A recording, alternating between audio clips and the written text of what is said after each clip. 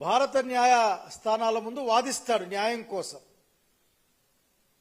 అతని రోజున పాదరక్షలతో చెప్పులతో దాడి చేద్దామని ప్రయత్నించమన్నది ఘోరమే కాదు, నేరమే కాదు, అతని భారతదేశ ప్రజలందరిపైన చేసిన దాడిగానే నేను భావిస్తా ఉన్నాను.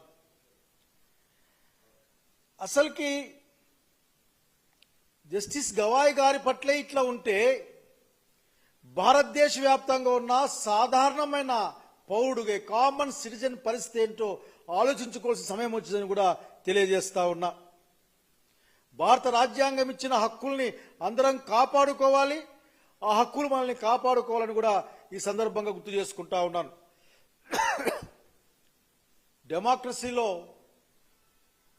భావ వ్యక్తీకరణ స్వేచ్ఛ ఉంది సాధారణ పౌరునికి కూడా, అందరికీ.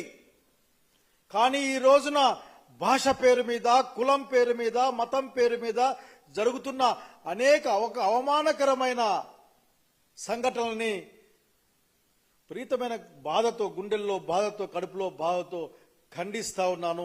ఇది ఏమాత్రం మంచిది కాదని తెలియజేస్తా ఉన్నాను.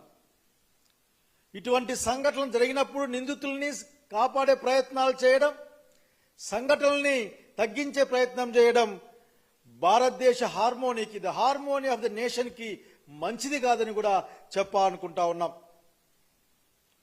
ఈ సందర్భంగా డాక్టర్ బాబాసాహెబ్ అంబేద్కర్ ఇచ్చిన రాజ్యాంగాన్ని మనసులో పెట్టుకొని మరొక్కసారి విజ్ఞప్తి చేస్తా ఉన్నాను. ముందు మీ ఆలోచన ధోరణిని మార్చుకోండి.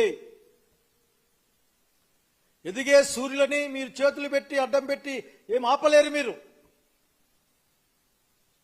చదువు పెరిగే కొద్దీ, మేధస్సు పెరిగే కొద్దీ భారత రాజ్యాంగం పడవిల్లుతుంది. బాబాసాహెబ్ అంబేద్కర్ పడవిల్లుతాడు. ఆయన నేతృత్వంలో వచ్చిన భారత రాజ్యాంగం ఈ దేశాన్ని కాపాడుతుంది. దీన్ని గమనించమని కోరుతా ఉన్నా. నిజంగా కడుపు నిండా బాధతో జస్టిస్ గవాయ్ పైన జరిగిన ఈ అవమానకరమైన దాడిని ఖండిస్తూ